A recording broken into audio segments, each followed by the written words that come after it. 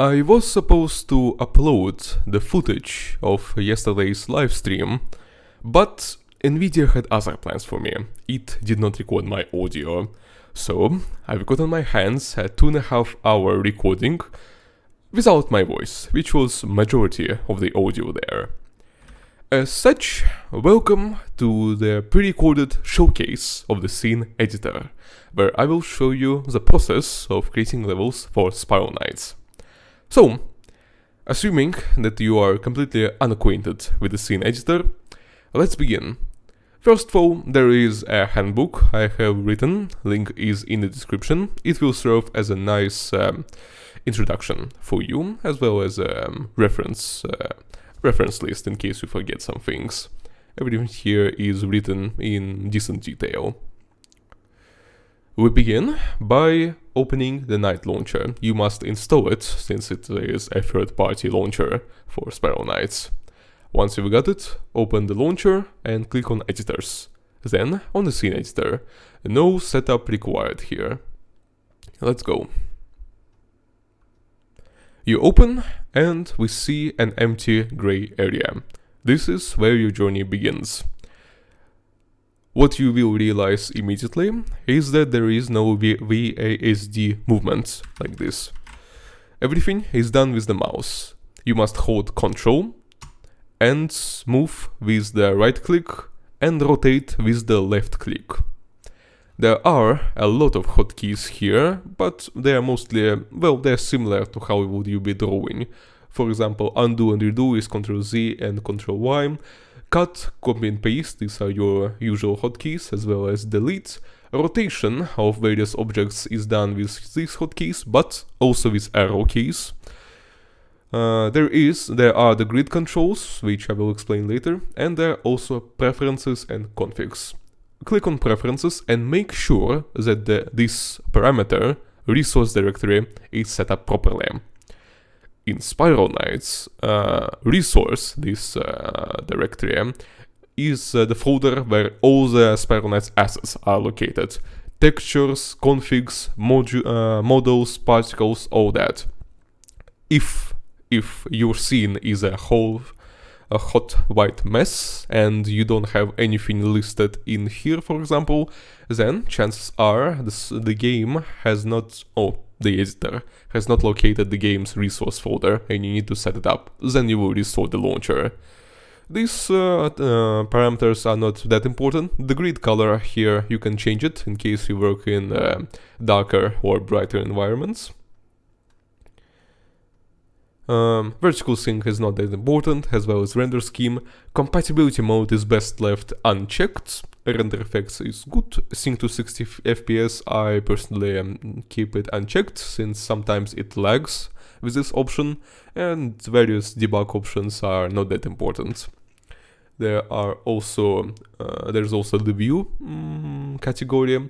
You can turn off the grid, turn off the compass, turn on the stats or turn them off. Not very important. The most important part here is the grid. It is one of the cornerstones of Spiral Knights editing. Raise grid, lower grid, that's also done with arrow keys. Reorient camera, like this. It snaps the camera, and recenter camera recenters it to the 0, coordinates. Well, this was the most important stuff. Let's begin. So, let's assume that we are beginning our level. What should we start with first? First of all, we need to download a few assets. Here in the handbook I have them listed with links and all. The first one is the scene archive. The scene archive is the archive of scenes, levels, downloaded from the original game. All the static scenes and some of the pre-generated scenes. In game, there are static scenes that are made from scratch, this is what we are making here, and generated scenes, which are made from the building blocks. Building blocks are also created in the scene editor, and then they are put together on the central server. But since we don't have access to the central server, we are making only static levels, no generated scenes for us. And since we don't have access to the central server, we're also not having functional monsters, functional triggers, buttons, doors, switches, traps. We don't have access to items, damage, or attacks. And, well, what we can do, however, is construct level layouts, place models of monsters, buttons, and traps. We can run around as the knight. It's Control B here, as you can see. Look at her go. We can add new things and edit textures if needed, and, well, overall, we can create art with this. This is a very niche form of art, creating Spiral Knights levels, but it can yield some fantastic results. I have provided some examples here. You can find in my channel at least 3 showcase videos at this time. So, we have downloaded the scene archive. Let us, and from those scenes, it should be possible to import globals. Globals in Spiral Knights are all the, well, global stuff. It's global lighting, global shadows, global weather, and global skyboxes. Let us open a level from Spiral Knights. Let's go here, kitchen, scenes, and original static levels. And let's open some kind of a level here, 198. What are we gonna find here? A dark city. Alright, so this is the dark city level, and what we can do is we can export globals. All of these things here, the fog, the skybox, the lighting, the music, the ambience, and the models, and the camera here. All of that, we click export and remove the errors. You will be getting a lot of errors here, don't worry about them. Export, and we name this Dark City XML. I already have here several globals downloaded for personal use. We save this, and voila. Now we click on new, we import this Dark City here. And we got it all here. Important, if you import the globals twice, for example different globals, they will not replace each other, instead they will pile on, as you can see. It can get weird. As you can hear, there are 2 music tracks playing at once. So we undo by Ctrl Z, and that's that. Back on live stream, I showcased the process by creating a new level from scratch, and that's what we are going to do here also. Well, initially. So, let's try creating a new level. I already have a theme selected. It's going to be Kingdom's Edge, that's how I call my new region, which I used for Warriors Unrest here in this video. Warriors on Unrest is the combination of compounds and Firestorm Citadel with a unique skybox. A skybox that is only seen in one mission in the entirety of Spiral Knights. So, once we have our globals downloaded, and let's reduce the music a little bit by this much. Gain is the volume here. What we do first? Well, first we need layout, and for that we need our brushes. We could place tiles individually, like, well, like this. Where is it? Where's the floor? Here it is. Like this. But it's a bit of a hassle, because there are many variations of tiles, and you will have to change them constantly. I totally did not have force myself to do this because I did not know about the brushes. But that's a story from the past. Anyways, brushes. We have 2 categories of brushes: grounds and walls. All of that can be downloaded from the handbook. I have assembled them by myself because the developers never left us them. And it took plenty of time, but it was worth it. The brushes are just lists which tell the game which tiles it must randomize and spawn for ourselves. So we do the layout like this. We can enlarge our brush like this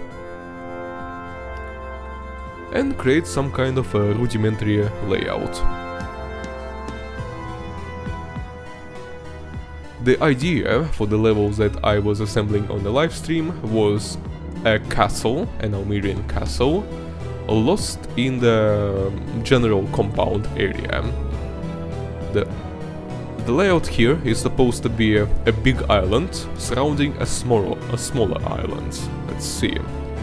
We raise our grid to tell the game that these tiles, this floor, this island is higher than this floor here. We raise the elevation. And later on, once we're done with the floor, we place edges like this.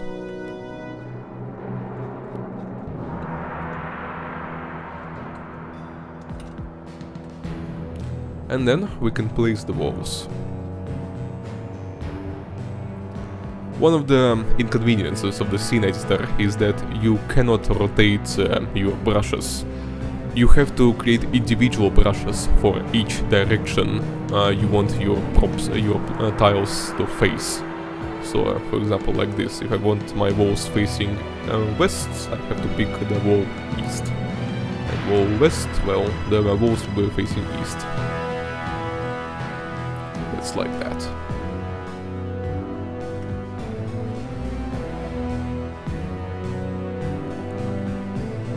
So, this is an extremely rough sketch of how the level is supposed to be. Let's move on to what we have left on during the stream. The level is called Moats, although I personally would like to rename it later. Let's actually do that now. Let's save it, and I already have the name for it. Cair Legion. That. And let's also create a backup of it. Because remember, always make backups. The scene editor is quite a stable tool, but sometimes when you try to experiment with it, it might crash horribly, and it might not save itself in time. It might also get stuck or frozen if you fat finger onto some combinations of buttons. More on that later, probably. Also, you never know when there might be a power outage in your house, and scene editor does not autosave. So again, always save.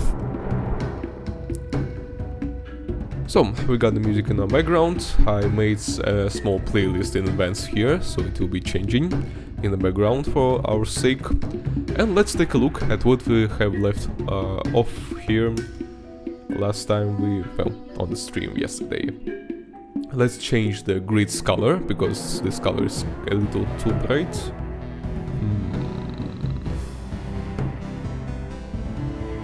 It's too merging. Too acidic. I suppose this should be decent. Alright. So, this is the how they say it. We have developed the concept here, the big island and the small island and the castle in the middle, and I have spent most of the stream detailing this castle, because really this castle determines, well, or dictates the overall layout of this level. Once I finish this castle, I will be able to quickly assess the layout of its island part, and after that I can move on to the bigger island. What are the ideas here? First of all, the castle here is split up by a moat and by the air, because the island here is floating. Let's start here. So, this was never realized in Spiral Knights before, as far as I'm aware. This is supposed to be a moat, and since this is previously an Almerian land, which was scorched by Lord Vanaduke, the water here has completely evaporated, so all we have now is a dry moat.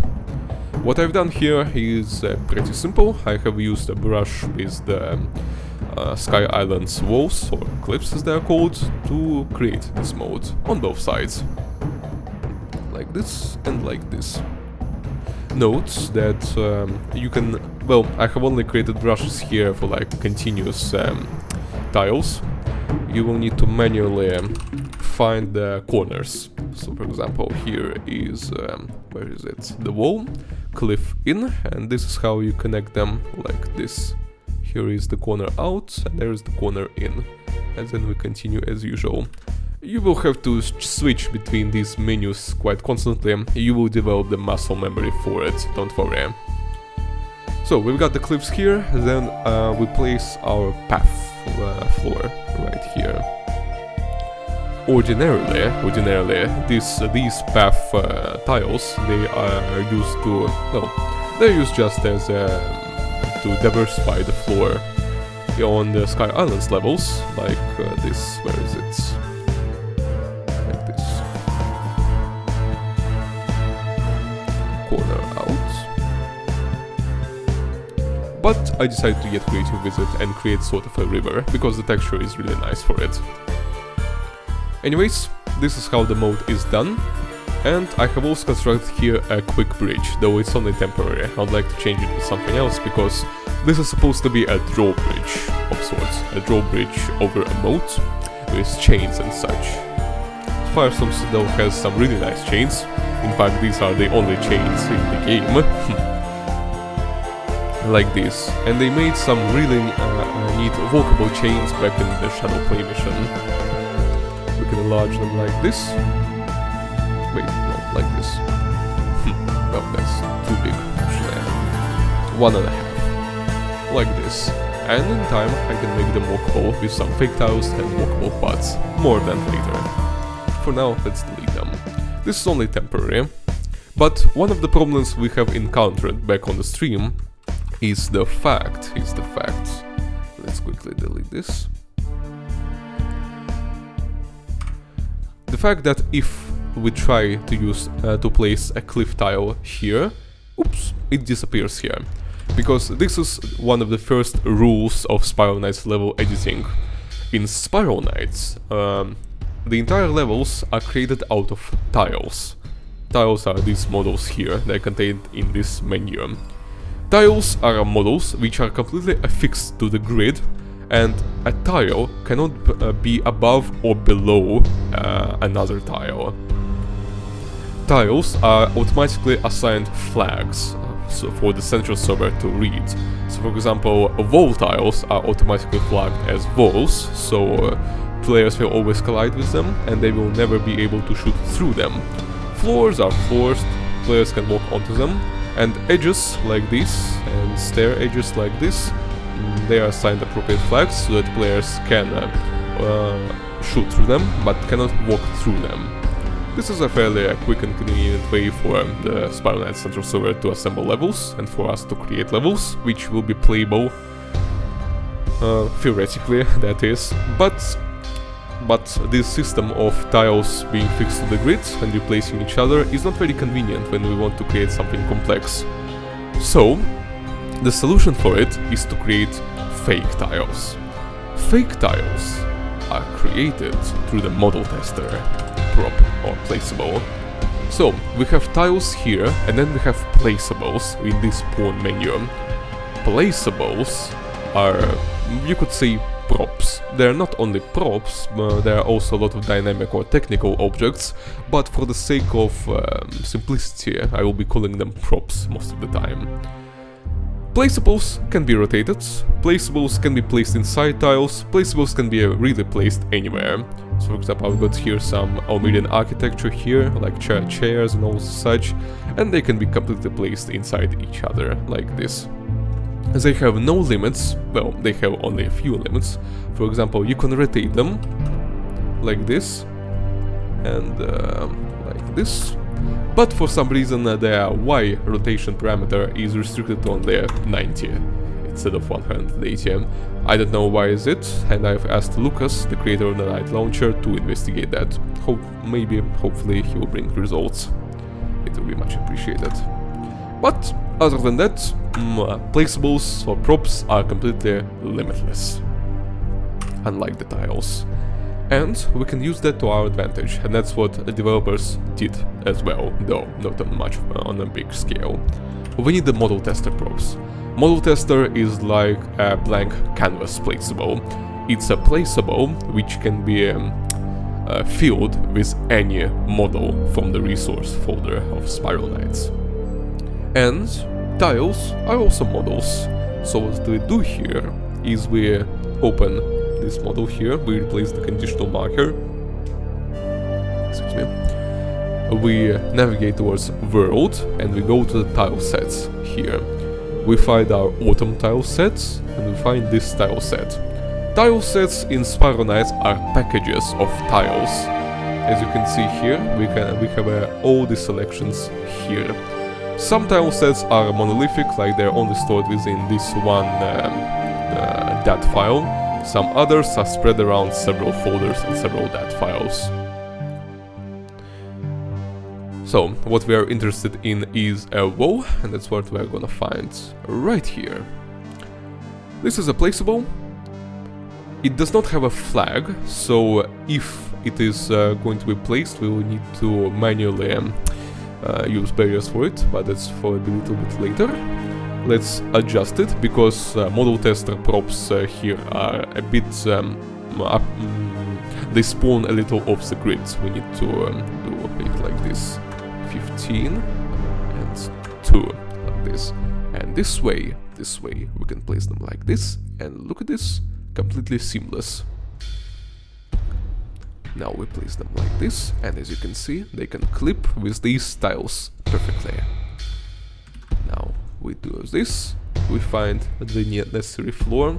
These here are non-walkable floors. They can be walked upon, but they're just darker to denote non-walkable areas. And we repeat that procedure with the floor there.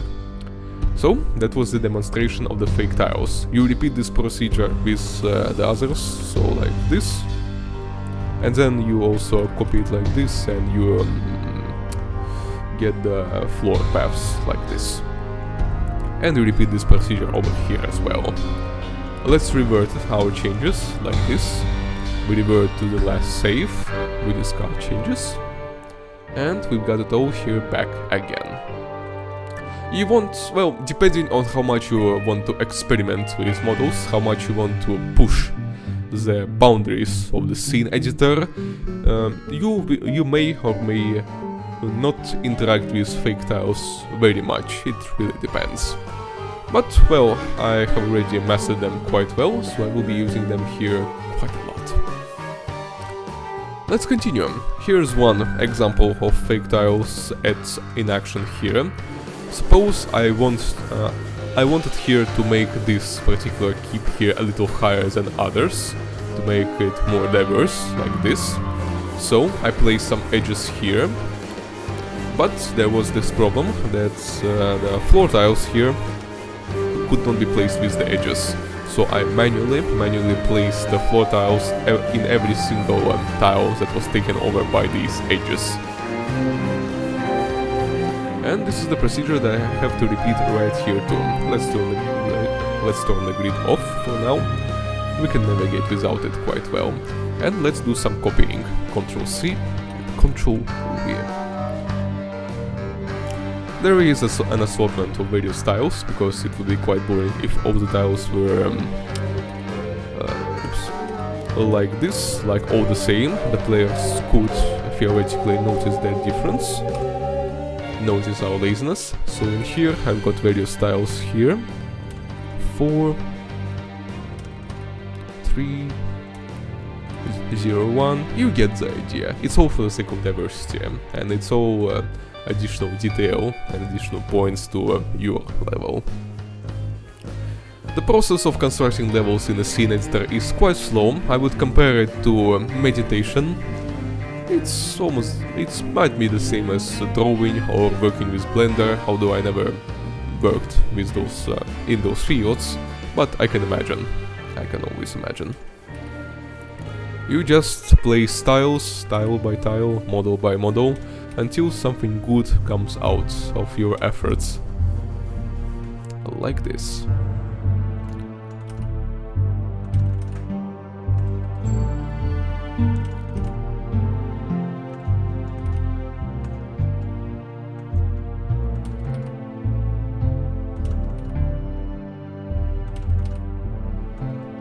Alright, and these holes are covered. and these edges will act as borders. They will naturally block the players, so there is nothing much to worry about. Let's save, always save, and let's also save our backup. Actually, we are working on the backup right now, but that's easy to fix. Let's save as the original file, and there we go. There is this. Alright, so we got our castle shape for now. We placed some props over here. It was fairly easy to do, like this.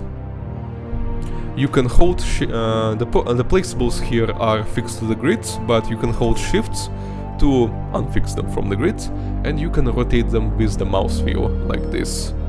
You rotate them only on the Z-axis, so if you want them to be rotated, well, on the other axis, you will have to manually input numbers like this. Suppose I want, for example, this table turned over. Well, it's not a table, it's a bench, but you get the idea. Alright, continuing on. We got our castle here, we placed all these tiles over the course of a few hours. We have denoted an arena here, like how the players will be acting. Well, and what we want our players to go through, like how the paths that we set up for our player. We have set it up that the player must pass this bridge, go to this gate, well, by some means open it, or maybe there won't be a gate, who knows. And then he goes right like this. We extend his path so that this is not a big open but empty area. We will place lava blocks and these blocks over here. Let's actually do it like right now. A dynamic. Where is the fire tile? This is the one. Yeah, like this. We will be restricting the player movement with these ones. And then we will set up this tight arena so that the players will not have much room to run away from monsters, and monsters will not be able to lose them, because we must also account for the monsters' fairly rudimentary AI. And there we go this, and let's assume we have not placed these things for now. Let's assume that we are playing now. We're testing. We're moving in. These gates will always be open in the scene editor, don't mind them. Anyways, we got this, but we will have another problem in a small second. See, our player characters are obstructed by these walls, and it's pretty bad. It's not as bad here, but you get the idea. The distance behind the walls and, well, the night should be set so that the camera is not obstructed, like this, for example.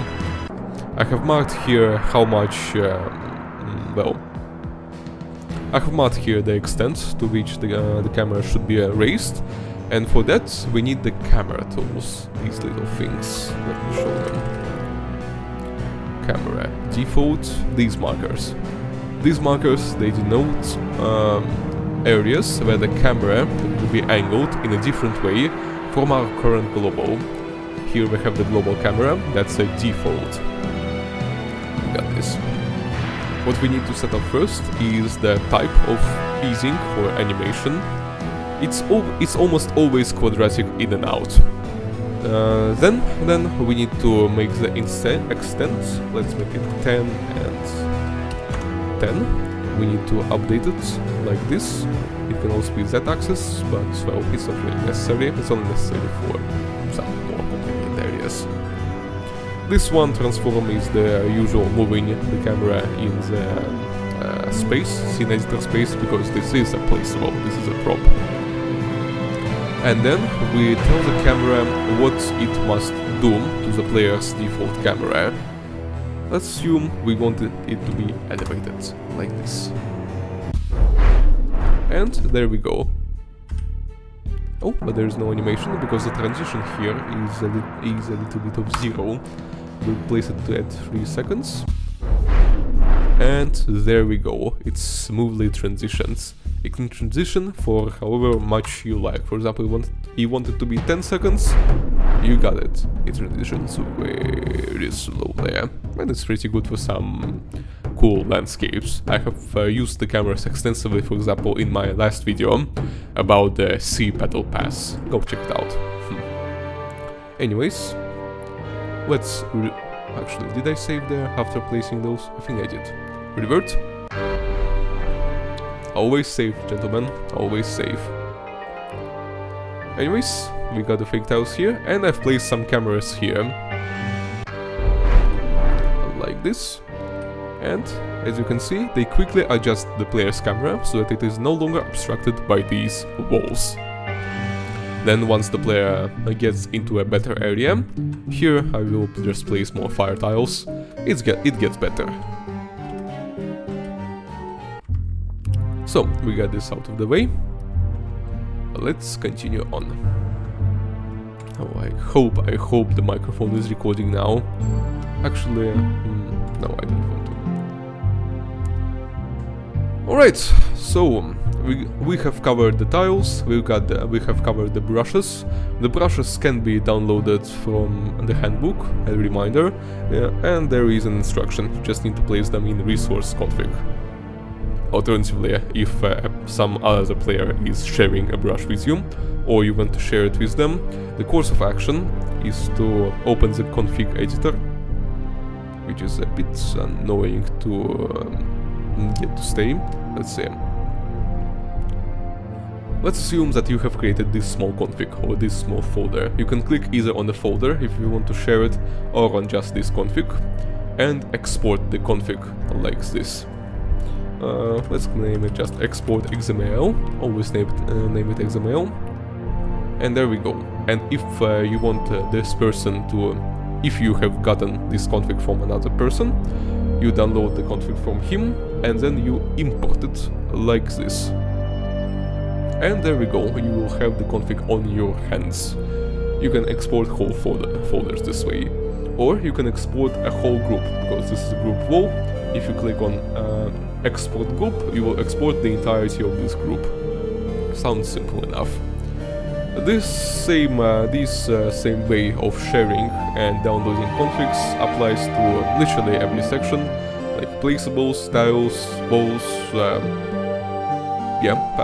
palettes too, and the globals.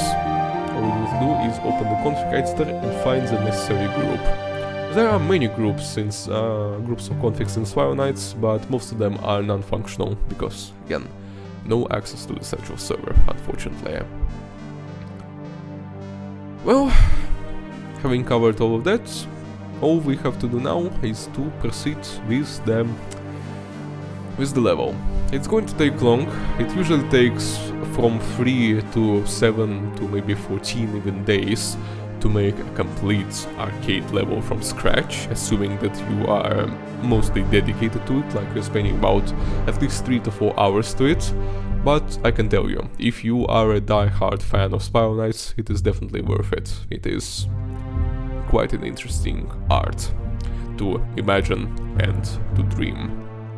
And you don't have to be very meticulous about creating levels here. For example, yeah, I am a student of history. I was inspired to make this castle because I quite like the medieval area.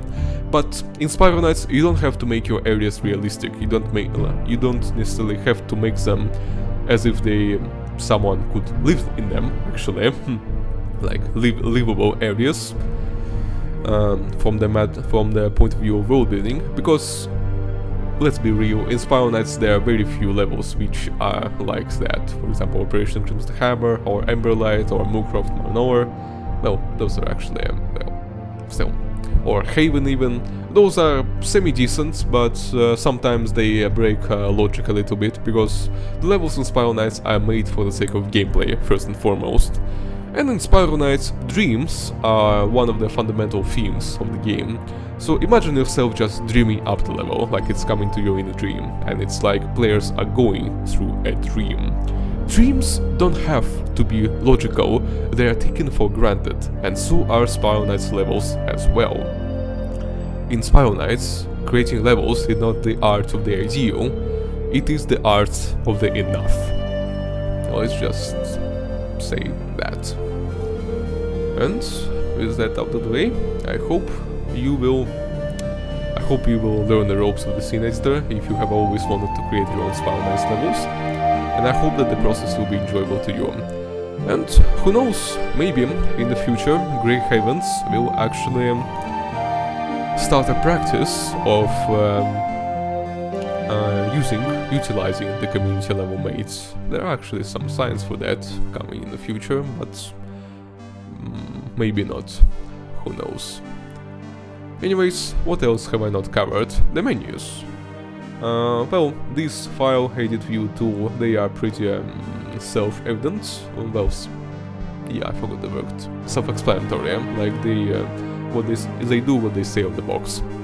These buttons, they are not marked, so I will describe them now. This button, the two squares, it hides technical props like this. It also hides blocks, sometimes, like for example, breakable blocks. Breakable blocks like these, as you can see. So if you want to make some kind of screenshot, this button will not save you. You will need to manually, well, create a copy of the scene and then manually remove all the unnecessary parts if you want to create a fine picture with these blocks, for example. It's a bit tedious, but what can we do about it? This button is lighting, it just disables the lighting. This is the fog, disables and enables fog. This is the music, I don't want to turn it off because Music in Spiral Nights is awesome. And this is the camera. It will affect your scene editor camera once you enter these areas, for example. It's pretty annoying, so you should have it disabled most of the time, like this. But it's good for quick testing. Another thing to cover is this little cherub right here. So this is a test model. It has absolutely no limits and it runs really fast. Look at her go. But sometimes you don't need that. Sometimes you want to test the collisions, like this. For example, what do? Well, you go to configs, you go to the actor config, and you find the editor pawn. It's named editor. And then you can edit it. First of all, you can edit its looks, and you can edit them in real time. Let's clear these errors, because there are a lot of errors popping up related to this cherub. And my god, it refuses. Okay, let's reduce this. Yeah, it's a little bit annoying for some reason. Anyways, you can actually edit it in real time. Let's change the helmet, for example. Oh wow, it's now grey. Crew navy, crew purple, you get the idea. You can edit it and you can edit its animations. By default they are Haven animations. You can edit its speed, although I'm not sure if it's in real time. Is it? Yeah, it's in real time. Awesome. And you can also edit its collision flags over here. Well, not these flags. These collision flags are for something else, as far as I'm aware. This is like what this player's collision box is, and collision max is what is with what this model collides with. So for example, let's place it on, let's check off edge, and now it collides with the edges like this. Let's check the wall, and now it's going to collide with the walls. It will also be colliding with the gates, so if you are going to test your walls, you'd better remove your gates first to walk around the level. It can also collide with monsters, barriers and all that. By the way, barriers, right. Before we do this, before we describe barriers, there is also another feature. You can save the editor pawn, but don't save the group. Because if you do any change to the actor group, it will get scuffed the next time you open the editor.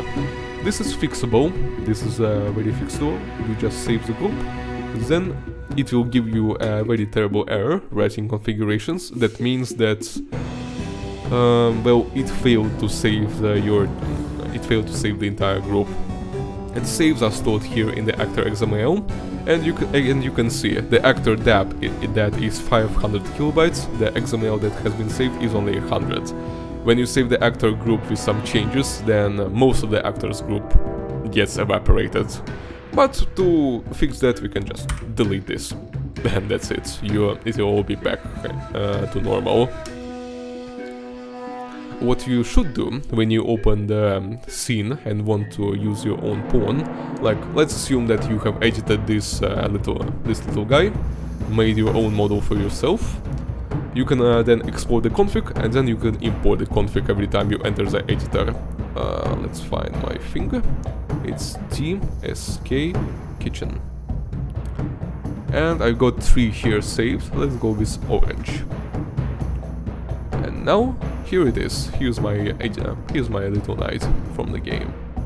I wish I had this Firestorm Scarecrows though. That's why I have it here. I can dream. A man can dream. Alright, with that out of the way, what else have I skipped? The barriers, right. So, let's assume that you have placed a fake tile here. For example, here. This is the fake tile, and we also need a real tile here.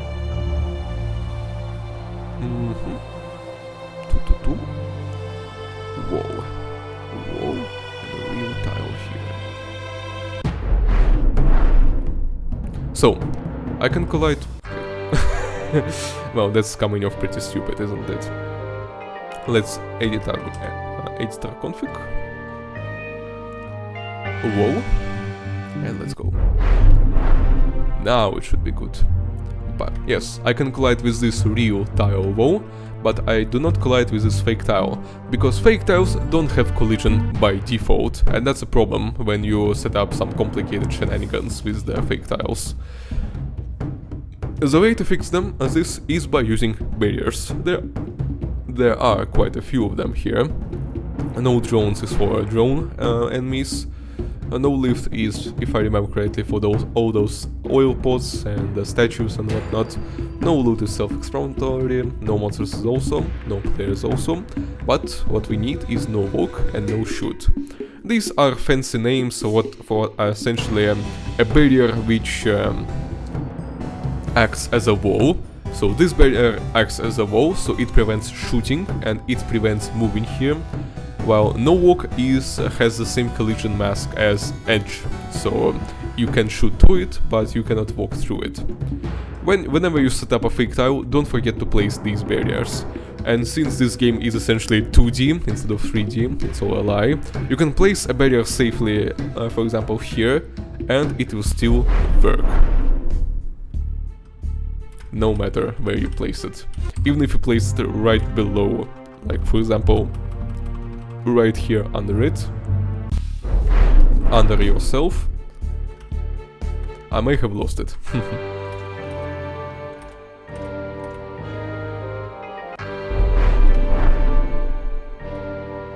Yeah, as you can see, it's now invisible, but it still prevents movement. I'm telling you, this game is 2D. Let's revert.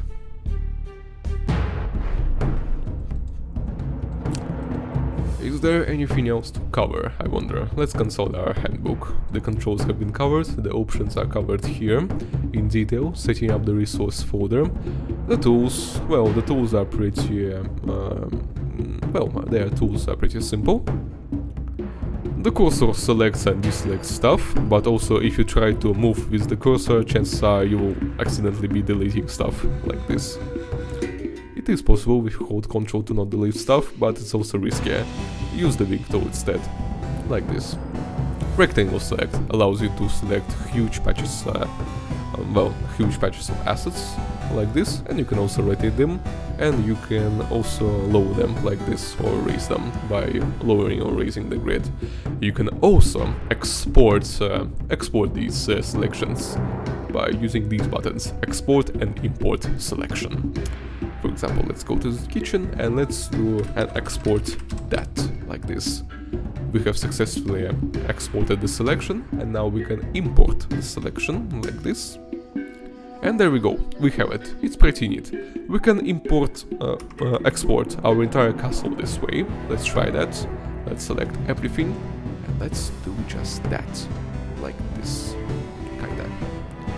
Export selection, save, and now we import.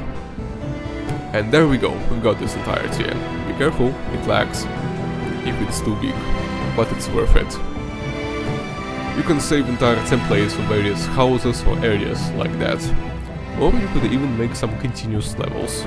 Who knows? Moving on, living we have covered, placeables we have covered, patrol paths and areas are not important because, well, they're related to central server. Globals covered, layers, well, it's possible to use them, it's the same thing as in, for example, drawing software. For example, you can add a layer, then there we go, like this. You can then merge them, merge visible. But I personally did not use them. As far as I can understand, these layers could be useful when you have large swaths of enemies, for example, monster spawn. Let's go with spawn. There we go. Let's assume, for example, you are creating an arena, and as we remember, arenas have waves. Generic chance spawn, let's go like single spawn, they usually use single spawn. Let's try Almir soldier, Almir knight, or where is the soldier of Almir? There we go. So for example, we got, oh no, what's happening? Okay, that's weird. Ah, well, the editor might have just crashed because of all those shenanigans I've done with the actor config. It's okay, it's okay, we just use the task manager. We forcefully destroy the scene editor, because it will not behave. And then, we go to the scene editor again. Let's check out our actor configs. Oh, come on, don't tell me you are not opening. There you go. Usually it opens quicker. Alright, our actor is good. Let us open this again. It has not evaporated, so the file is still available to us. If it did evaporate itself, we would have used a backup, so that's why you got to use backups. Let's get our grid to the proper shape or color, and let's continue on our idea. So single spawn, Crusader, Almir, Soldier Hormire. That's how they call Crusaders. Now it works like this. Remember, don't experiment with these configs, especially with the active config. Well, I was talking about layers, so again, you've got the waves here, and well, the arena is quite small, and and if you plan to have waves, then chances are you'll be placing enemies inside enemies. For example, we've got this first wave for Armenian soldiers, then we have these bigger Armenian royal guards here, for example, and that's where layers might come in handy when you are planning arenas. I couldn't place them, I just like them. You can place the monsters as proper models with the model tester, though, like this. They are located in the character NPC monster. Crusaders are located in the broken folder, like this, and you can place them if you want to create some nice artworks, like this, or for example if you want to place them, I don't know, on the roof.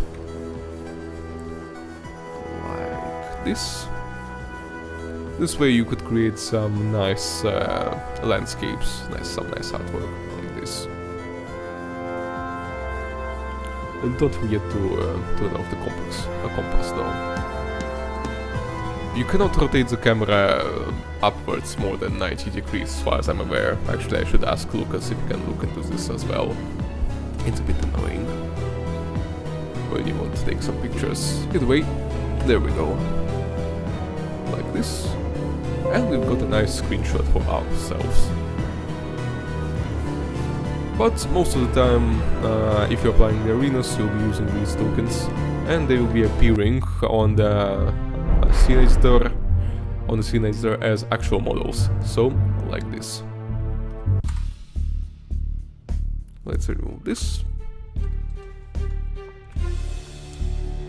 And well, what else to cover?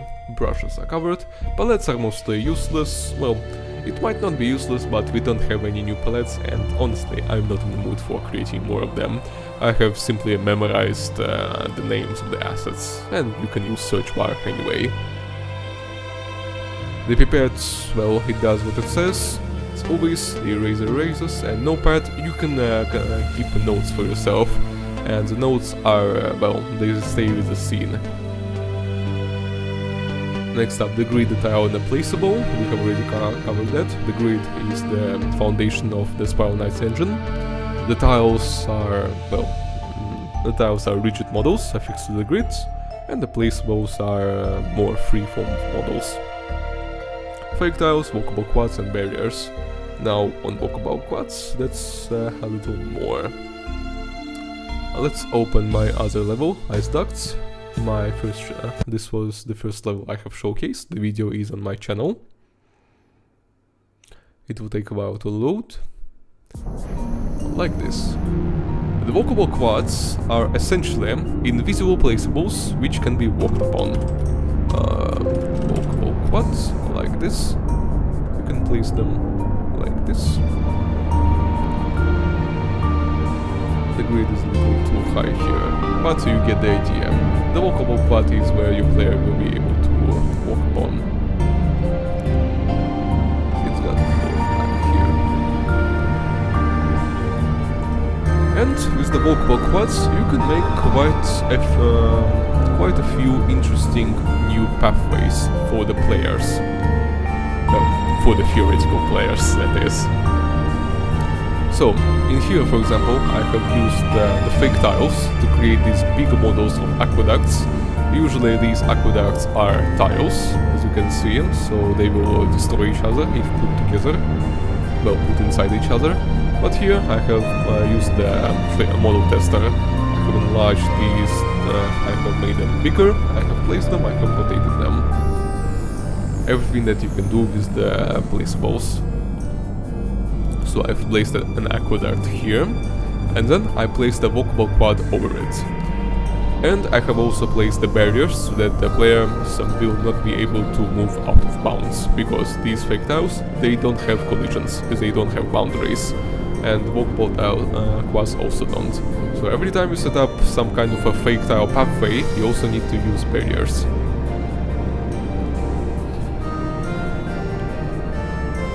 Overall, that's that really. Many tools in Spiral Knights are quite simple and there's not much else to them.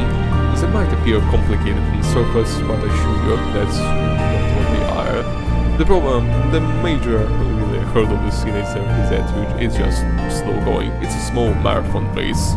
You gotta place tiles, you gotta measure, you gotta detail, it takes a lot of time. And as I've said, a proper arcade level like this, it takes about a week of concentrated effort to create, maybe a little less if you are dedicated.